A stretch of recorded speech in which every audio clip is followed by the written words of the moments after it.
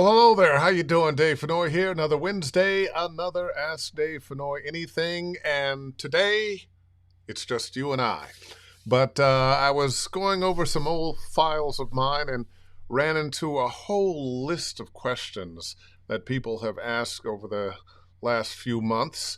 And so I'm going to get to some of those. But I want to hear from you too. And if you're on right now because we don't have a guest, happy to take a little bit of time just to say hello to you.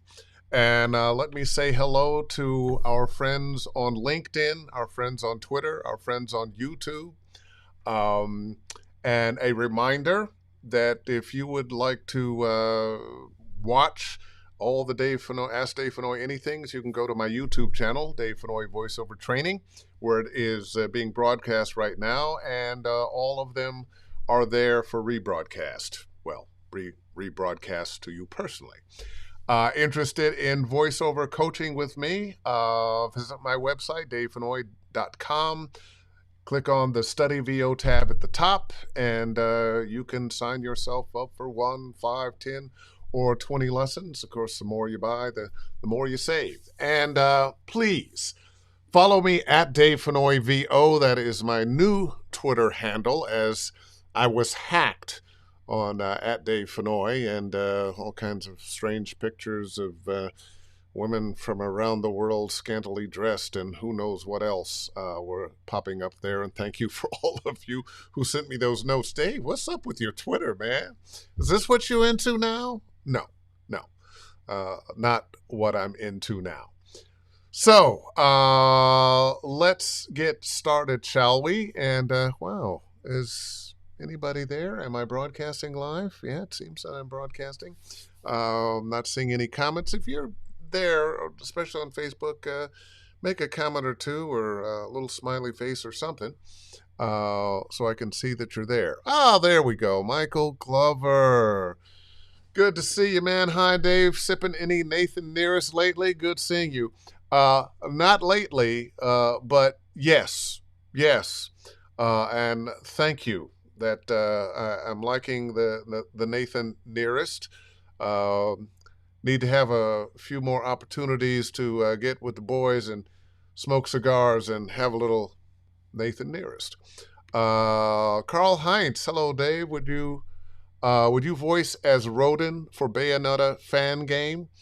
That's a possibility, but get in touch with me privately. You could go to well, let's see. You're on YouTube. Oh, that's good to see. You're on YouTube. You can get in touch with me there or send me a note on Facebook and we can talk about it. Let's say hello to Lori Grant. How are you, Lori Grant? On Facebook, Lori Grant is here from the D.C. area. You know, Lori, I went to Howard University in D.C. As my second college. I'd gone to Macalester College first. And, you know, go Bisons and Howard. So good to see you. Who else do we have here? Please stop by and say hello.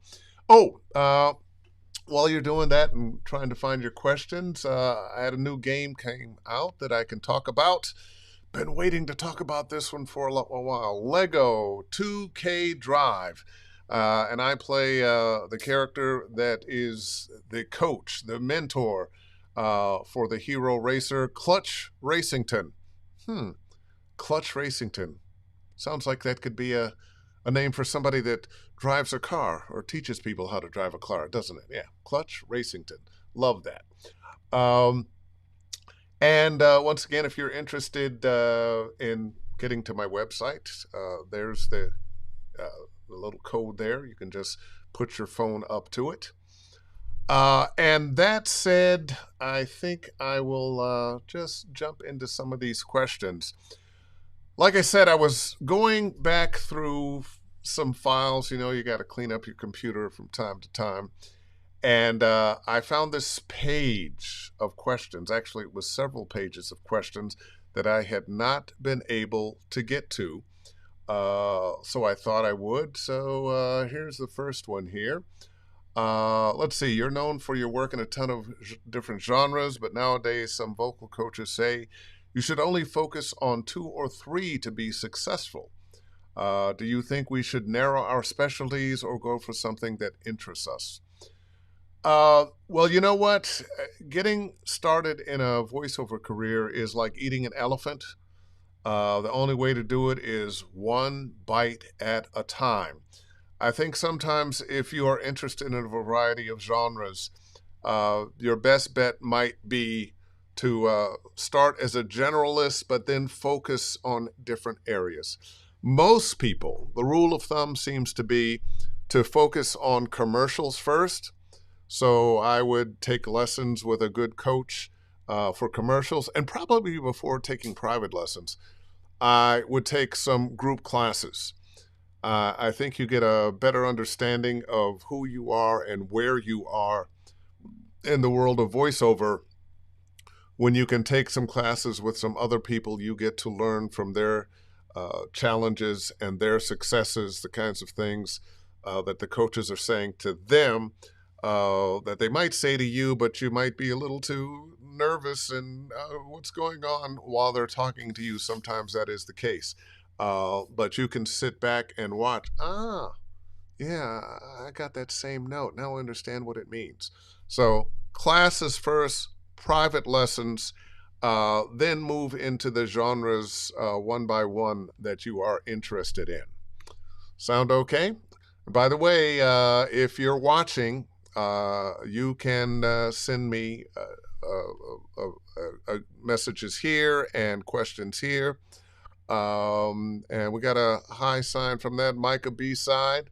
Yes, group lessons. Oh, and somebody got to say hello to. My wife was out and about and stopped off to get some barbecue. And there was a young fellow there. Well, maybe he wasn't so young, but a guy that was cooking the barbecue had dreadlocks. And they got to talking. She said, "Yeah, you have a really nice voice." And she said, he says, "Well, I've been listening to this guy on Wednesdays. He says, he's pretty cool. And, you know, his brother does voiceovers, he's got dreadlocks like me." And my wife goes, "So, you know, I think that's my husband." And he goes, "Oh, no, Dave Fennoy?" "Yeah, Dave Fennoy." So, barbecue man, good to see you. Good to talk to you. Glad you're watching. Drop a hello or whatever in the comments. Love to hear from you. And yes, the barbecue is good. All right, another question here. Let's see. Being a deep baritone like myself, do you feel it limits your versatility or enhances it, and why? I'm going to say I don't think your voice actually matters. Now, when we hear a voice, we make a comment in our minds or to somebody else. "Hey, wow, that guy has a great, deep, beautiful voice." Or, "Wow, he has an interesting voice," or "She has an interesting voice. Wow, you know, her voice makes me just want to relax." We all have something special about our voices. It really doesn't matter what your voice sounds like, how deep it is, how high it is, how scruffy it is, how insert adjective here. What's important is your ability to connect with people, to touch people's heads and their hearts. If you can take somebody else's words and make them your own and touch the listener, you can do this. All right, let's look at another one here. Oops, we got to get rid of you first, huh? Best way to avoid mouth noise. Well, there's one thing.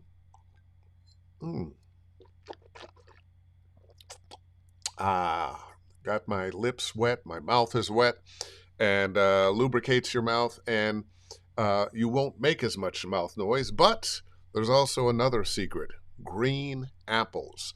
If you have a noisy mouth, one of the things you might want to do is just cut up a few slices of green apples to have handy when you're auditioning, when you're doing a job, and that will help with the mouth noise.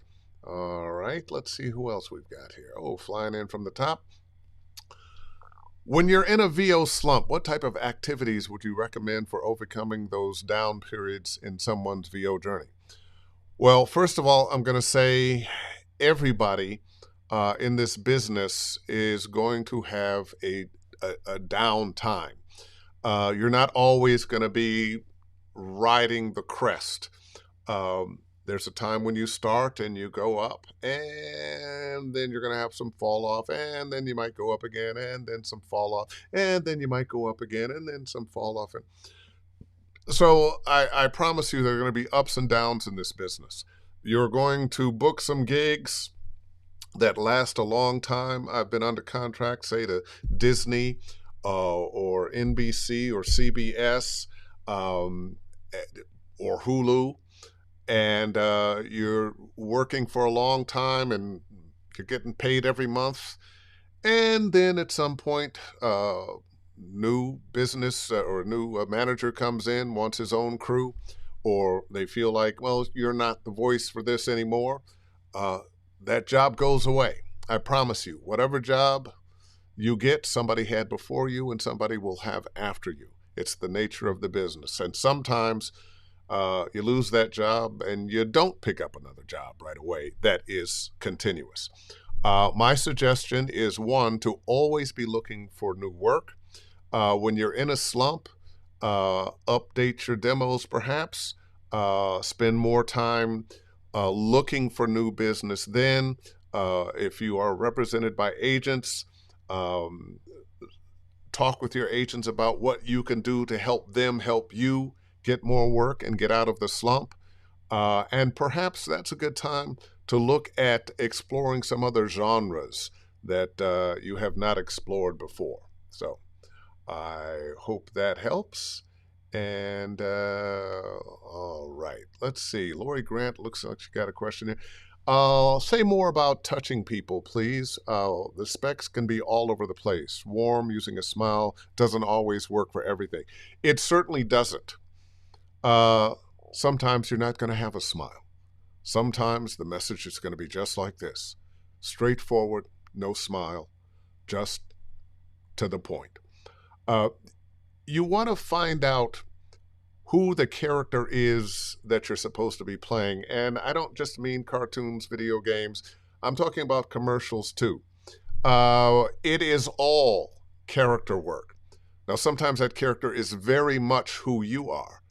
Nevertheless, it is all character work. You're going to be finding a part of yourself. We all have the range of thoughts and emotions and attitudes.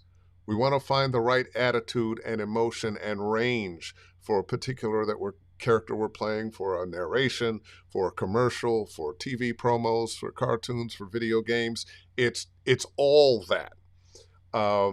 We think sometimes about style because we're hearing the ass end of voiceover work. We think it starts here. It doesn't. It starts here and here. That's what you want to work on. What is your intention? What are you responding to? Who are you and who are you talking to? That's what you're looking for. Lori, don't know your age, don't know your marital or parent situation, but if you have a child, sometimes you're talking to that child in a particular way where there is no smile. Junior, I told you not to do that. Or son, now, I know this girl broke your heart, but there's going to be other girls. You're talking to somebody and connecting with them, whether that is your child, the person you love, the person that your client is trying to bring into their store. That's what you have to look at.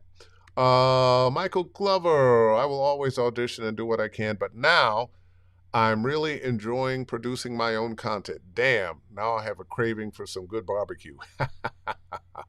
Yes. By the way, Michael Glover is turning out some great personal content, an animated character that is perfect, that I won't be surprised if we start seeing that character that you created, that you're creating content for, show up in some other content.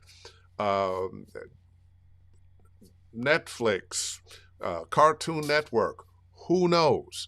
But we do live in a do-it-yourself world now. You notice I'm doing it myself with this broadcast. And we are seeing all the TikTok videos, all the YouTube videos, all the people that are creating content on their phones, on their computers, on YouTube, on TikTok, uh, all this content that people are getting out there, hopefully turning into a career or helping them build a career. All right, let's see. Just because you're there and haven't seen you before, William Ford saying hello. You're on YouTube. Thanks for being there. Let me look at some other questions here. Okay. Scheduling. Oh, I've got to say goodbye to William there first. Huh? Scheduling. Is the work life of a voice actor to always be on call? Thank you. You know, what you're talking about there are penthouse problems. I have been in the position where I had that penthouse problem of being on call. Now, this was typically before the advent of home studios, and to some extent, it's still there. Monday through Friday, my job is to be a voiceover actor. I have my own studio. I am in it right now. Right next to me is my 5x7 whisper room booth with my 416 and my TLM 103 in it, and my UA Apollo Quad. And I can do all my work from there. And we live in a world now that really wants you now. Uh, Whenever they say it's something for your work that is time saving, it's not. There is an equation: work adds up to fill the amount of time you've got for it. So there will never ever be time saving. If you can edit faster, they will just ask for more changes until the deadline. So scheduling, yes, you have to think of yourself at least 9 to 5 as this is what you do, despite the fact that maybe you don't have a gig that day. For myself, a gig or a student that day. But you will have auditions. And I really believe that auditions and auditioning is our real work. When I'm on the gig, hey, I'm just having a good time. Yes, I'm bringing my professionalism, but it's fun. We enjoy it. It's the thing we would do for free if money weren't a thing. But money is a thing, so we got to get paid. When I was doing lots of promos for the WB and NBC and CBS, especially for the WB, often, and ABC as well, often I would get called in 11 p.m., midnight, for something that they just gotten written, just did the cut on it, and they needed the voiceover because it was going to air first thing in the morning. That still happens to a certain extent, but now we get to do it at home instead of having to drive in to the studio someplace. All right, let's see. Chris McGinnis, voiceover. Is there something you spent a lot of time on early in your career that you realized later was wasteful? Let's see. Alcohol, certain women. Crazy question. Now, do you mean that, Chris, something in voiceover or, it reminds me of, sometimes people think you're wasting time when you're just enjoying yourself. And I often believe that we need downtime. We need a day at the beach. We need to go play tennis or go for a walk or play with the dog. So I'm a believer that you need a good work, play, family balance. But you're saying, let's see, we'll bring you up here again. Something work-related, focusing on the wrong area. I'm going to say yes. I think often when we are beginning a career, especially in voiceover, we're focusing on the voice. We're focusing on what I sound like and how wonderful I can make my voice sound and how melodic and how I can make those tones just sing. And one of the signs that I get when I meet somebody that wants to do voiceover and the conversation is, I've been told I have this great voice and that I should be doing voiceover. And my answer is always, maybe, but can you act? Can you get beyond your voice? Often when you're thinking about how wonderful and rich and beautiful your voice is, you're not thinking about connecting to the people that you're talking to. You're thinking about how you can show off your voice. So yes, I think for a lot of people, that's a road they go down that is the wrong road. Another road they go down is the enunciation road. Let me make sure that I am clearly enunciating everything that I am saying. That somehow, when we pick up a script, we are supposed to be someone other than who we are. And, we're playing a character, maybe we are, but we are still playing a real character. And all character work and voiceover work is based on our humanity. We're not looking for the professional voice anymore. This is not the guy anybody wants to hear from. We want to hear from somebody that we can believe and trust, that we recognize their humanity and we get a feeling about who they are. They remind us of our dad, of our mom, of a friend. That's what we're going for. So trying to have the most beautiful voice or the most articulate performances, yeah, that's going down a road that's not a good one. Gundislav Games. Hi, Dave. Good to see you. We worked together last year on my Old West video game. Folks, we all know it, but Dave is the real deal. Hire him and you will not be sorry. I can't pay for advertising that good. I'm just going to leave that up there for a little while. Hey, it's gone. That's right. It only gets 30 seconds. Oh, well. Let's see. We had that question, and let's just, we'll get rid of that and bring up the next one that was there.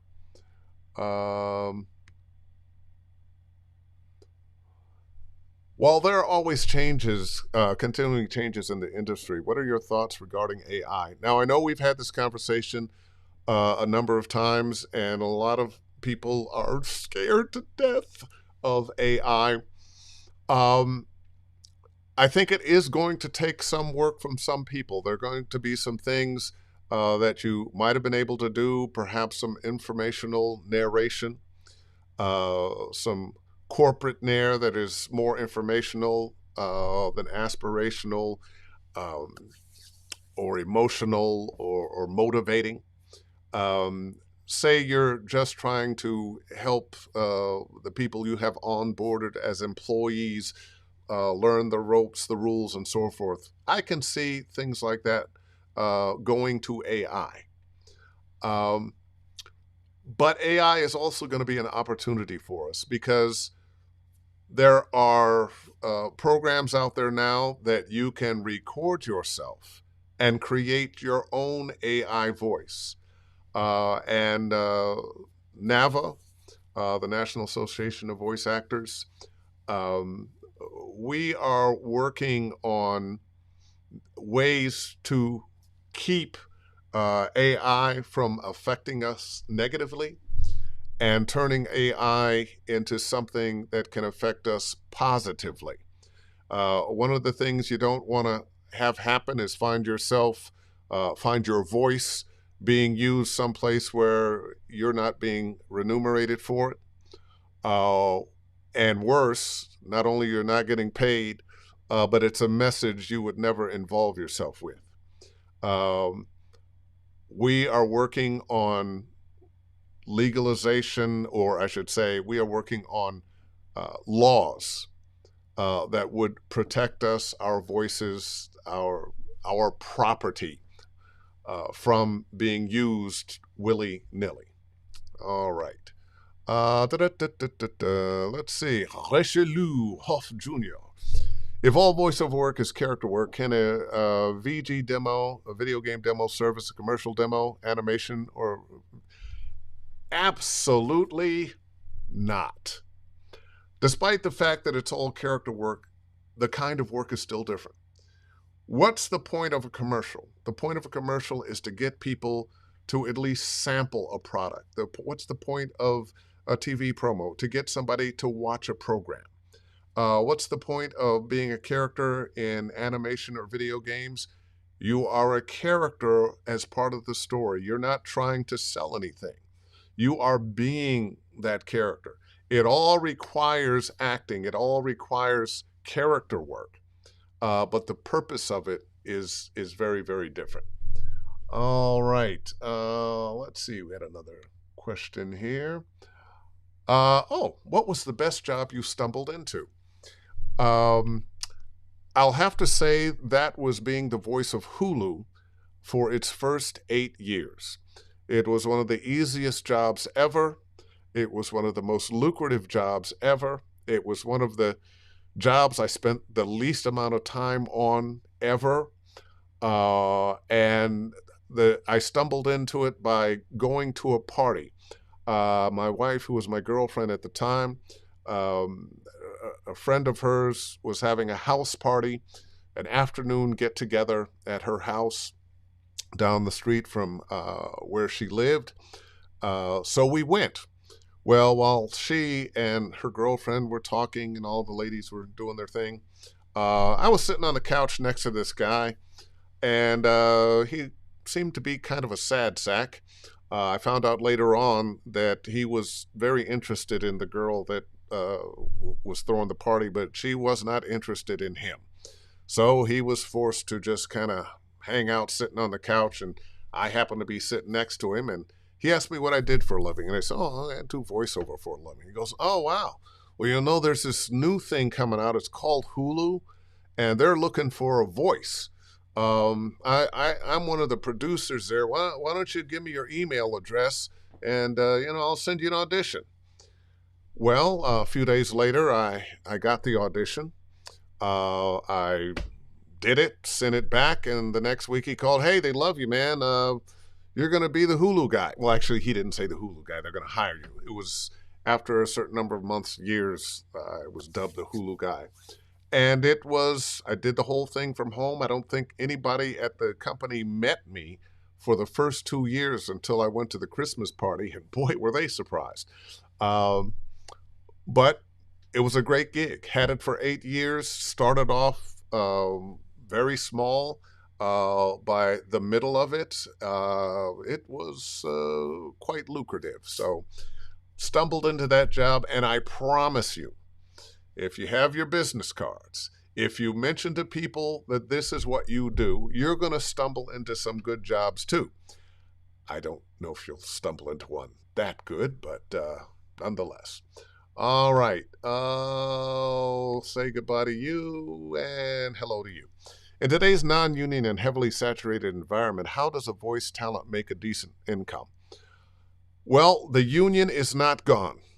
So, first of all, I think most of us should be working to be able to join the union. There has been a war on working people in this country forever. If you go back to the late 1800s, early 1900s, when unions were being formed, people fought and died for the idea of a 5-day work week, for the idea of having child labor laws, that children weren't being exploited, for a 8-hour day, for decent pay. So over the last 50 years, in the 60s, 70s, unions were very strong. A certain part of America doesn't want unions to be strong, doesn't want that strong middle class. It's been leaving us. And part of that is because the unions have been weakened.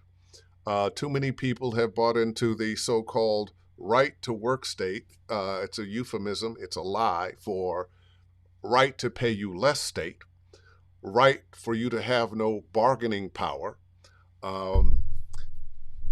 So when you can get in the union, get in the union. I promise you, if you've been in the union for a career, 20 years, 30 years, 40 years. There will come a time when you want to retire and you'll have a pension. There will come a time when you are sick, and because you were working union and making enough in that union, you will have affordable health care. So that's the first thing. Now, that said, way too much work has gone non-union in this business. You've got big companies, banks, insurance companies that don't want to pay union wages, that somehow a union wage to them, oh, it's just too much. You got billions of dollars, millions of dollars, but it's too much. But there is work, non-union, and there are ways to get it. One, they have to be able to find you, so have a website. Two, have very good demos on the front page of that website so they can find you. Three, have a rate card. Understand what your worth is, so that you're not out there, well, I don't know, what are you going to pay me? How about $150? No. Have a rate card. Base that rate card on union wages. Whenever you can, especially once you get in the union, if non-union jobs are still coming to you, do what you can to change those non-union jobs into union jobs.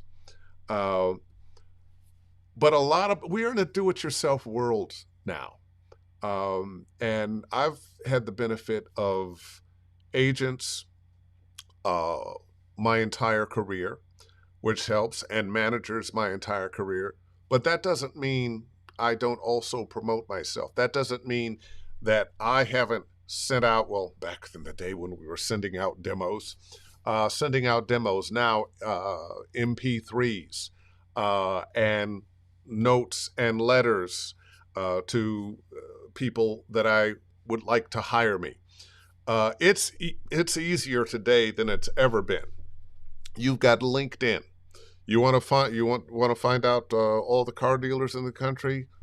Go through LinkedIn. Find the car dealer associations.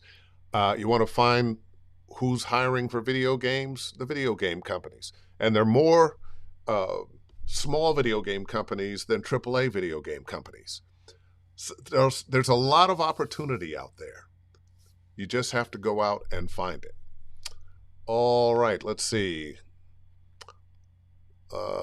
Jeff Burns, I would join the union.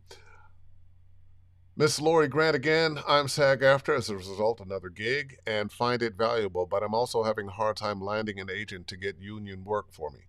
I am pitching folks on my own. You know what? I'll say continue pitching folks on your own and also pitch the agents. One of the things you want to, well, one, are your demos good? Two, who are your allies? From time to time, I don't do it all the time and I don't do it with everyone, but from time to time, a student of mine will ask me, would I be willing to? And from time to time, I am willing to write a note for them, make my agents or managers aware of them. Typically, the person that does that or will ask that, they're ready, they know they're ready. And you won't be the only door they're knocking on. They will have worked with me. They will have worked with other coaches in other genres. They'll be getting their name. So push, push, push, push, push. Let's see. Gundislav Games again. Right on. I'm a guy literally working in a basement making games and make my project union. If I can do it, the big companies with the actual budgets can too. You know, we all would like to make a great living, but there's a difference between living well and being greedy. So, all right. Let's see. Let me pick another question here. Now, I put these in a file. I don't know what's coming up. Let's see. How have you overcome the obstacles of voicing characters in a white male-dominated industry? Are the obstacles still the same as they were when you began your career?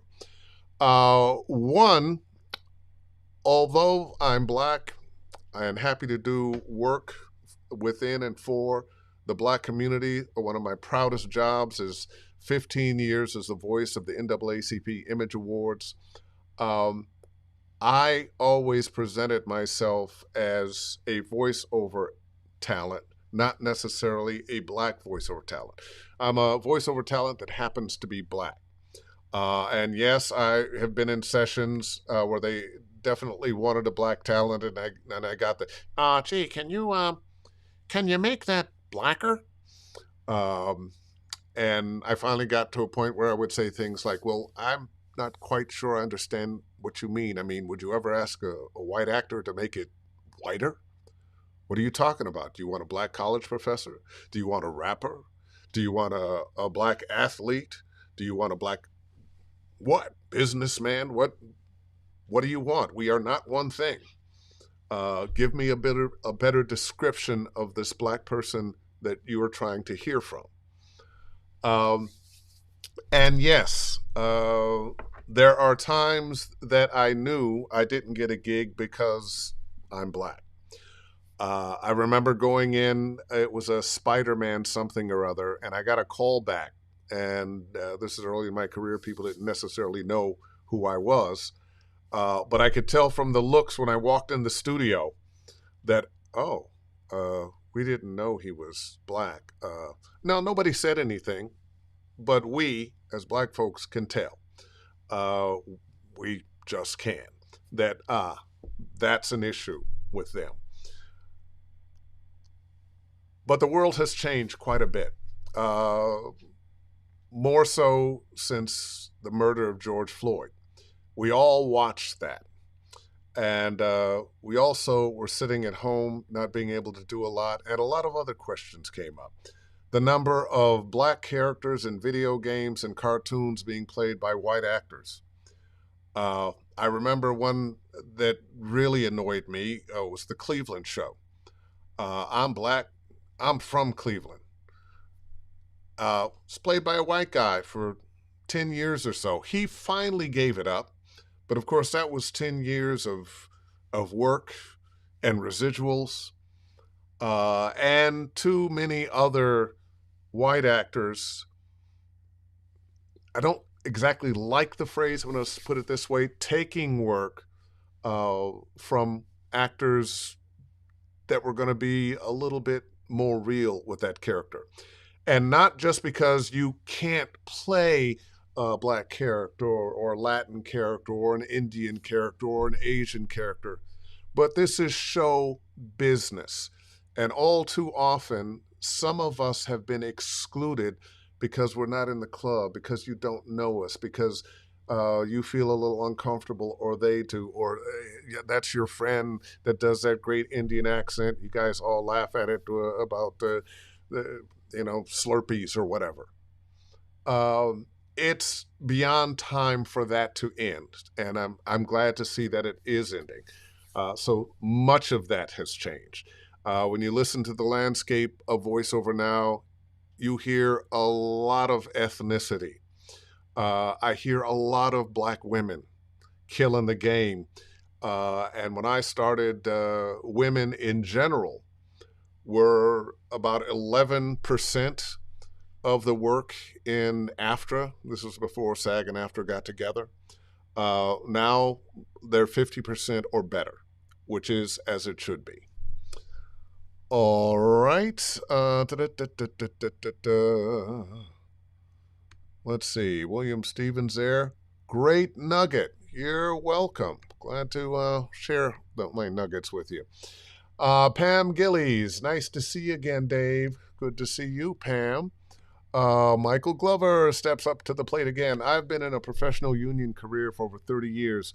Retired now, making the same amount. Now I am in SAG. Being in the union is one of the best moves I have made. Highly recommend. Dun, dun, dun, dun, dun. Yes, yes, yes, yes. And we've got some more questions over here. What's going to pop up? What in your life experience was most helpful and you becoming a voice actor? Well, long before I ever thought about it, I think my mother and father, who insisted on their son having a great education, well, their son, their daughter too. I have an older sister who, from the time she was 3 years old, knew she was going to be a doctor. Um, I wasn't as driven. Um, I was fortunate enough to be smart enough that I didn't have to work too hard in school. And in about, I guess, second or third grade, I was having problems reading because I just didn't want to do it. And there's just other stuff I want to do. I don't want to read. This is so boring. And I got out for the summer, and my mother put me in a reading program. She ultimately became a reading specialist as a teacher. And that reading program changed my life. I became a good reader. Also, driving around town, my mom would point, read that sign, read that sign, read that sign. I still will be driving and look over the sign. Oh, blah, blah, blah, blah, blah, blah, blah, blah, blah, blah, blah. Which, if people are in the car with me, they're like, what's wrong with him? He's a little crazy. Just a habit from my mom. So, learning to read uh, and getting a love of reading and reading out loud. Also, my parents wanted to make sure I had a little culture. And in Cleveland, there's a community theater and artistic place, Caramoo House. I took modern dance. I took trumpet. I did painting and sculpture, and I did theater. And the music and the theater stuck. In high school, I was president of the Theater Society. When I went off to college, I went as a theater major. So those are the things I think that helped me early on in my career. That and watching cartoons and imitating the characters, which a whole lot of us who do cartoons and video games did. All right, John Davenport. If you want to do TV affiliate VO work, what type of VO coach should you look for? Love your work. Thank you, John. I would look for a good coach for TV promos. Joe Cipriano would be great. Dave Walsh would be great. But you want to learn to do TV promos. And actually, the number of jobs has only increased. The world has changed. There were 3 networks and 4, then 5, then all the cable stations, and all of them need voices to promote the shows that are on them. The apps, maybe not so much. But what has happened in voiceover for TV promos is there are smaller audiences, but more of them.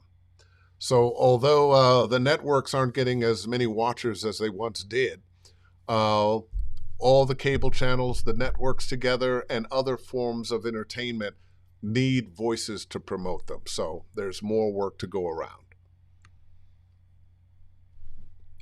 My Tuttle, how do you plan vacations? Do you warn your agents? Do you take your mobile VO setup with you wherever you go?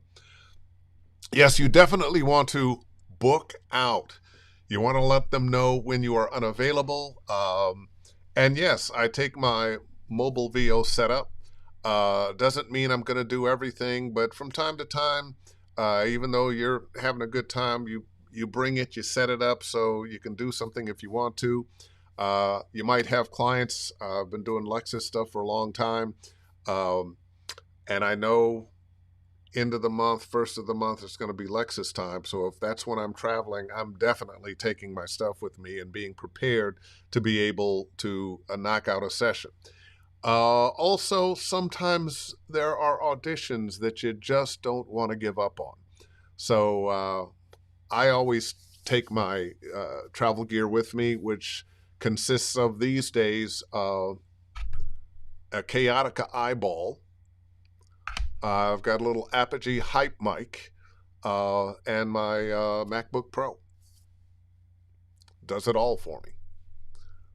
All right, let's look for another one of these crazy questions because I don't know what's coming. Oh, yeah.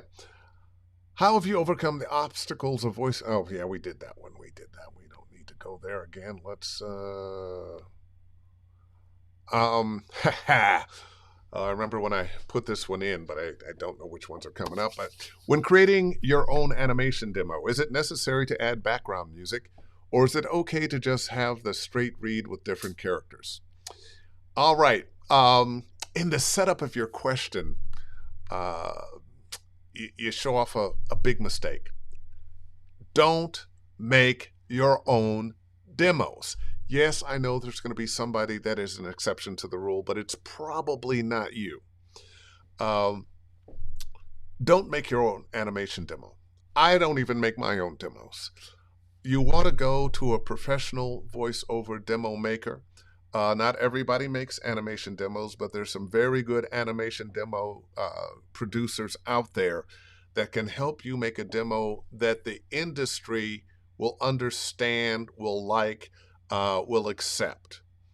Chances are there are things about making an animation demo that you don't know, and a clue to that would be, is it necessary to add background music? Of course. Music, sound design. Uh, and do you know how to do that? Do you know how to mix and sweeten your voice? Do you know what should go on there? How long it should be? No, no, no, no, no, no, no. Don't try to do your own animation demo. I promise you will screw it up. I can't tell you how many people send me the demos that they made thinking they're wonderful. And sometimes it shows off that you've got talent. But we are in a business that, though it's about imagination, a lot of times they don't have enough imagination to go, you know what? This demo sucks, but this guy has some talent, or this woman has some talent. Let's give them a shot. They don't go to that other, oh, this isn't what we're supposed to get. Well, why is this so long? Why is this so short? Why did he do it like that? How come there's no music? And you're gone. So no, find yourself a good demo producer for your animation demo. All right. How did you find jobs in the beginning? Also, is there a proper way to do cold calls, emails? I'll answer the first one yet. Well, one is to do them on a consistent basis, the cold calls and emails. Your emails, keep them short. People don't want to read your life story. Find out a little something about the people you're reaching out to. Can't tell you how many LinkedIn messages I get that A, don't know I'm a voice actor, think that I am a game developer, and are offering me their services for things that I don't need, or just the ones you see that, hi, hire me. Hi, I'm so-and-so. I do this. Hire me. You got to have some kind of connection with a person. Find out something about the person you're trying to contact. If I were sending things to a game developer, what games have they developed? What's the most recent thing they developed? Find out the names of the people who were involved in that. So you're just not, hey, I heard you guys did this. I'm a voiceover actor and I want to get in your games. Oh, what games did you do, by the way? Show some interest. How did I find jobs in the beginning? Knocking on doors till my knuckles were bloody. First of all, I did get an agent with a screwed up demo that I produced myself. You won't get away with that. But when the agent finally listened to it, she said, well, you've got some talent. This sucks. Go back, do it again, and come back and see me in 6 months. So I cheated myself out of 6 months. But at the time, and it's much easier now to find jobs than it was then. One, there are more of them, and two, the means of communication much easier. I had to do things like yellow pages and word of mouth and who do you know that knows somebody. But I did some work for TV 20 in San Francisco doing promos for them. I was being robbed. All the promos you could do, you could voice in an hour for $25 an hour. I did work for a company called Megaphone. They were a 976 number company, and I would go over on Wednesday nights and record the results of the lottery. And then I was also the voice of the Michael Jackson and Prince hotlines. So I found work. I did some producing of band demos, concert demos, and that kind of thing. Advertising concerts. You can find a way. Let's see. What does the future of promos look like in the next 5 years? What should talents be honing in on to pursue a path in promos? Talked about this a little bit. We have a wider variety of promos, which means a wider variety of types of people. Audiences are smaller and more specific, so you can find your tribe, and you want to learn how to, once again, connect with people, be able to take somebody else's words and make them your own, and show up as the advocate for this show, or the fan of this show, or the voice that is bringing the drama or the fear or whatever it is. You want to be able to do that and get people's attention and interest in watching that show. All right. Whoops. Let's do that. And then we'll do that. What percentage of games are now cast outside of the major markets? Is there a difference in the percentage of AAA games versus indie that will look outside those markets? I think everybody is looking outside the markets now, or New York, Chicago, LA. And I think it started very much with home studios and with promo. It used to be you were in New York, Chicago, or Los Angeles, and you got to do promo work. When we started getting home studios, that changed. We had home studios because we had ISDN, which was a digital phone line that would allow you to work from your home studio anywhere. And you started to see people moving to different places because they could then. They weren't expected to show up in somebody's studio. Sometimes they would do it quietly, but once the home studio was being accepted in promos, they could move. Well, little by little, as more people got involved in voiceover and we needed more narrators to narrate e-learning and corporate video and various other things, people were looking outside of the major markets. And the AAA games, I remember about 2013, 2014, started looking for actors outside of Los Angeles. Los Angeles was the hub. But you did get, in any town where there was a lot of tech, you always found some game companies. So San Francisco had some. Austin had some. Dallas had some.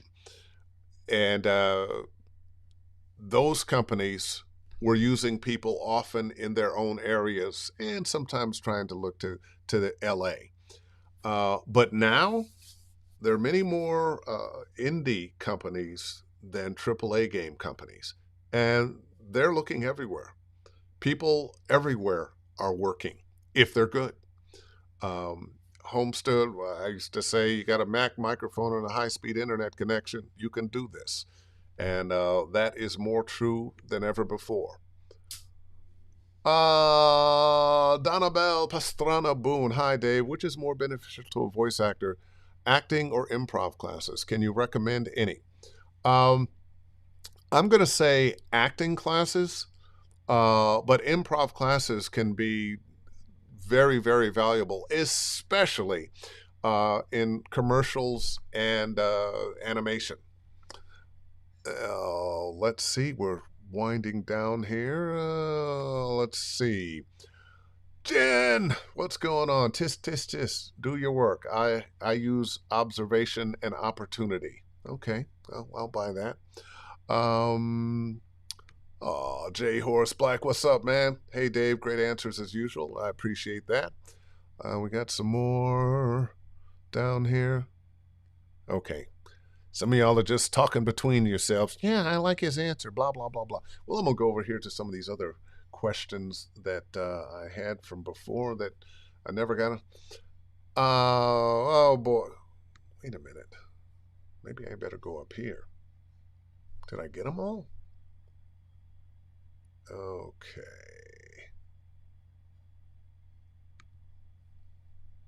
Ah, I'm a complete introvert. How can I possibly convince, make myself promote, and market my work? Well, one, most of what you're going to be doing is not face to face with someone, and you can hire someone. None of us can do it all. I know it's a do it yourself world, and we do as much as we can. One of my major flaws, I think, is trying to do too much myself and not wanting to ask for too much help. But get someone else to handle that for you, to help you figure out what to do. And especially now with AI and what can happen there, uh, you can make it automatic. All right. Oh, come on. As someone who's over 45, just starting out and working full time in a different industry, what is the best way to approach to success in voiceover? Well, it's the same answer of somebody that is 25 or 35 or 15. Get training, get your demos, get your website, do your promotion, and stick to itiveness. Get your business cards everywhere you go. Let people know. Um, it's going to be the same at 45 as it was at 25. All right, and we're getting down to the end of it here. Um, what would you say is the major change in the voiceover industry from the time you started and today? Do you miss your DJ days? There's certain things about my DJ days that I missed, that I miss, but not that much. If I had it to do over again, I don't know. I had a good time as a DJ, but I think I like doing voiceover more. The major change has been the technology and the ability to work from anywhere. Um, you used to have to go to a studio to audition, your agent's studio, and you went to a studio to work. When you started doing auditions to other cities, when I had an agent in New York, I still had to record reel to reel and get that overnighted, and then to cassettes and DATs, and now MP3s. You don't have to spend money. You're not sending anything that's costing anything. So the technology has changed the business. The price of the technology going down, the microphones, and all the things you need to do voiceover, the prices have come down. So it's become more available for people to get into this business. There's more work now than ever before.